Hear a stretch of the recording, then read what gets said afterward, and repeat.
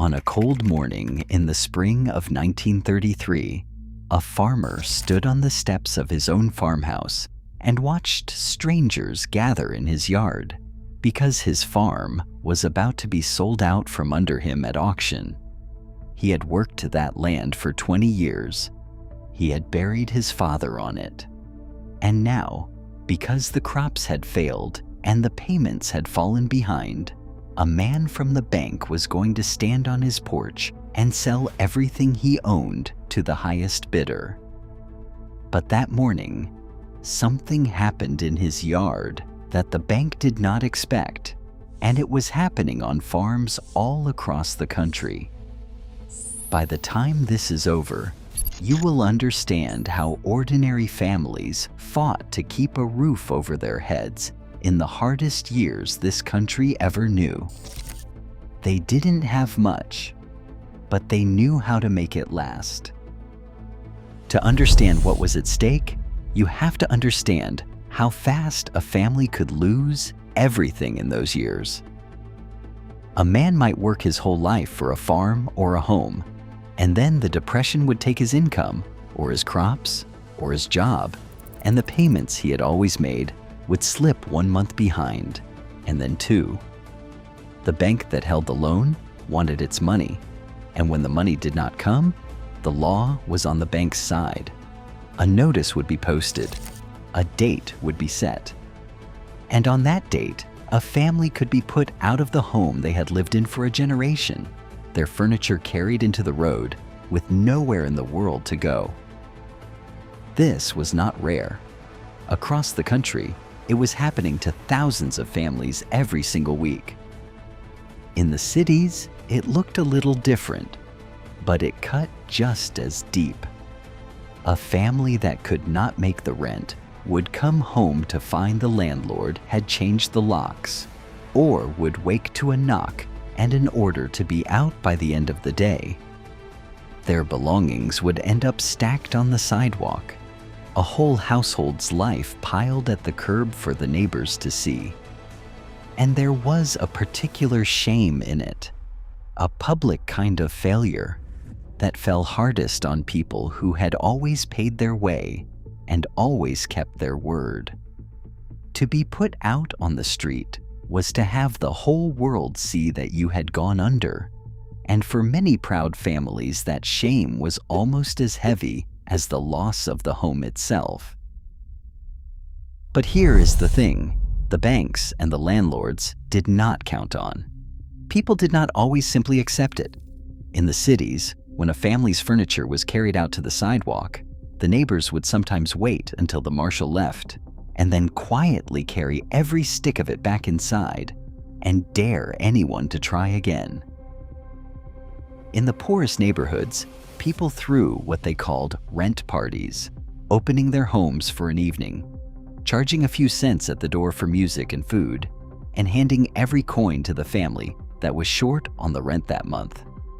Neighbors who had almost nothing themselves reached into their own empty pockets to keep the family next door from going under, because they knew that next month it might be them.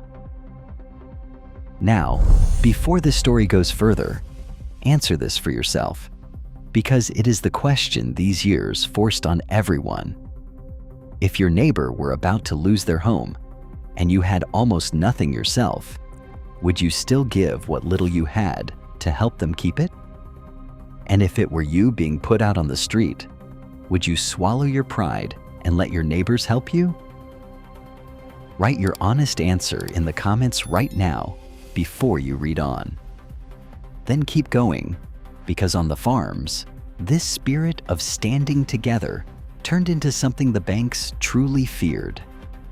Because out in the country, the neighbors found a weapon, and it was quiet, and it was legal, and it was brilliant. When a foreclosed farm was put up for auction, the law said it had to be sold to the highest bidder. So the neighbors would all come to the auction, dozens of them, sometimes hundreds, and they would make an agreement among themselves before it began. No one would outbid. The farmer's friends would bid a few pennies for a plow, a nickel for a cow, $1 for the whole farm, and anyone who tried to bid more honestly against a ruined family found himself surrounded by a large and unfriendly crowd of neighbors. These came to be called penny auctions. When the bidding was done, the neighbors handed everything they had bought, the land, the animals, the tools, straight back to the family it belonged to, and the bank was left with a few dollars and a lesson. It worked because the whole community stood in it together, and because the anger behind it was real. These were not lawless people. They were the most law-abiding people in the country. Farmers who had paid their debts their whole lives, and they had reached a point where watching a neighbor be stripped of everything was simply more than they would allow. In some places, the feeling ran so high that state governments listened. A few states passed laws that put a hold on farm foreclosures for a time, giving families a chance to hang on until conditions improved. Ordinary people, standing together in farmyards, had pushed hard enough that the law itself bent to give them room to breathe.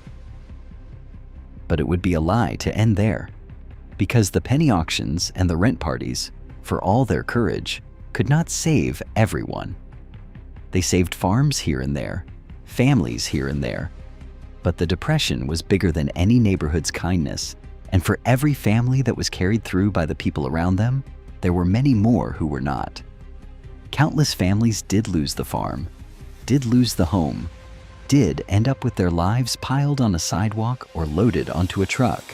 Some built shacks from scrap on the edges of town, in the settlements bitterly named after the president, and started over from nothing.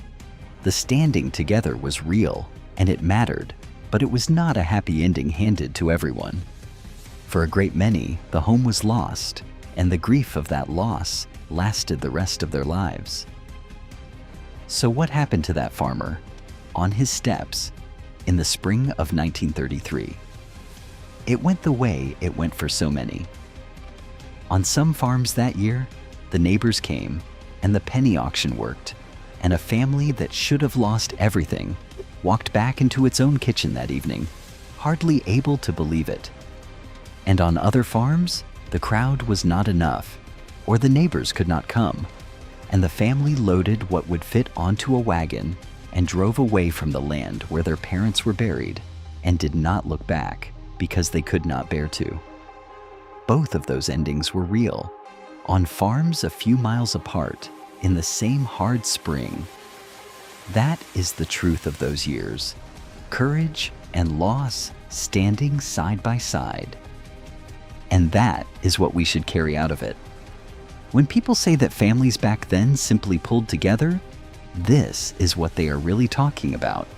Neighbors carrying furniture back inside, a few cents at the door of a rent party, a whole farmyard bidding a nickel to save a friend.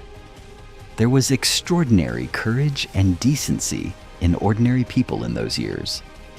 There was also loss on a scale we can barely imagine, and no amount of standing together could stop all of it. Both are true, and we owe it to those families to hold both at once. They were the hard years. They didn't have much, but they knew how to make it last. And that's worth remembering. If your family kept their home through those years or lost it, tell me in the comments what happened and how. These stories deserve to be remembered. Subscribe and turn on notifications, because every week we go back inside the hardest years America ever faced and the quiet courage of the people who lived through them.